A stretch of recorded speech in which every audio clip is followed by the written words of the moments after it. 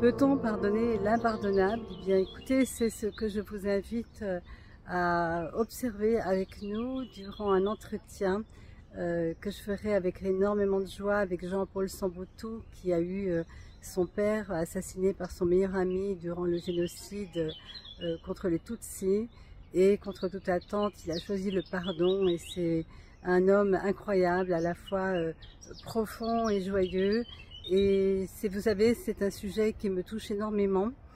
Je pense que nous sommes dans une posture, je dirais, de vie où nous avons besoin de changer les données, d'arrêter de réactiver des mémoires cellulaires de haine, de discordance. Donc c'est un pari, un défi assez presque impossible, mais je fais partie des gens qui l'ont choisi. Je dirais, c'est arrivé. Le pardon est arrivé dans ma vie. Non pas par choix de pardonner, mais par choix de stopper la haine, la plainte, la victimisation. Et il a surgi comme un cadeau, comme une fleur sur un plateau qui m'était donné avec la gratitude, la fleur de gratitude. Car pour moi, le pardon est associé à la gratitude. Gratitude pour le chemin parcouru, pour l'apprentissage, pour nous élever encore plus à plus grande conscience. On sait que les épreuves parfois les plus tragiques, elles peuvent être un tremplin pour nous amener à révéler qui nous sommes vraiment. Justement, qui suis-je derrière le voile, derrière mon identité, derrière le sentiment d'injustice, etc.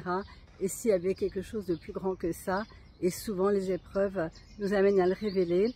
Et quand on révèle ça, on se rend compte aussi que la vibration change et que si nous sommes des centaines, des dizaines, des milliers à élever nos vibrations en arrêtant d'attiser le passé pour au contraire effacer un tableau qui devient blanc sur lequel on peut réécrire un nouveau monde, eh bien ça ne veut pas dire oublier, parce qu'on n'oublie jamais, mais ça veut dire sublimer, transformer et peut-être justement transformer le pire en quelque chose de beau, de lumineux.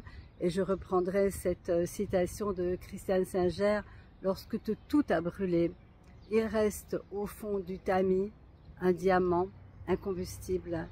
Et je crois que c'est ça notre véritable nature. Donc je vous invite à nous rejoindre mardi. Aujourd'hui, c'est le 30e anniversaire du génocide du Rwanda. Et avec Jean-Paul, c'est vrai qu'on a eu envie de faire coïncider ces deux dates. Je ne vous en dis pas plus.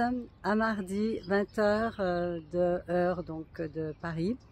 Et il y a un lien d'inscription sur mon site pour recevoir le lien direct, le replay. Et je vous souhaite un très beau dimanche et à mardi.